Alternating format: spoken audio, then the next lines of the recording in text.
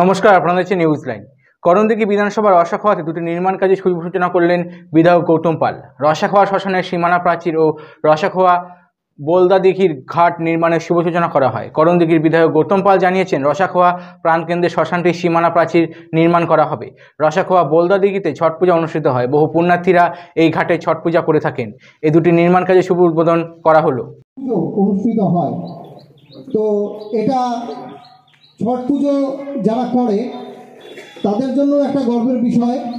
এই পুকুরটি বাঁধাইয়ের কাজ শুরু হয়ে গেলে প্রচুর সমস্যার সম্মুখীন হতে হয়। যখন ছট পুজোর সময় আসে তার আগে জল ভরা, পার বাঁধানো, বিভিন্ন রকম। আমাদের মাঝে এখন কিছু বক্তব্য রাখবেন প্রদীপ মাহাতো।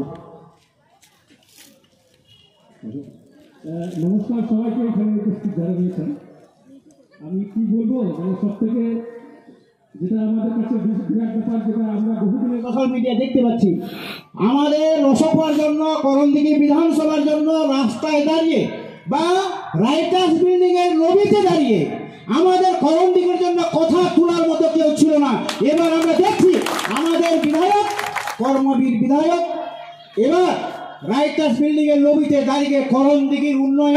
আমার করণদিঘি বিধানসভার অন্তর্গত রসাখোয়া 2 নম্বর পঞ্চায়েতে তথা রসাখোয়া প্রপারে একটি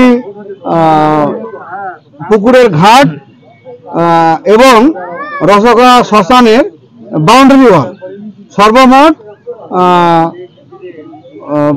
প্রায়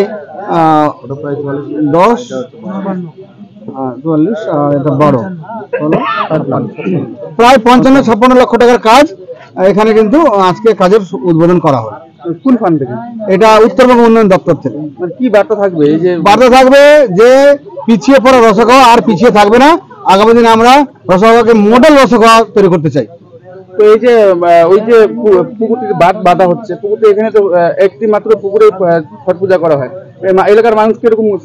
এখানে ছটের দিন প্রচন্ড ভিড় হয়, সেই জন্য ছট পুণ্যার্থীদের জন্য স্পেশালি এই ছট ঘাটটি করা হলো।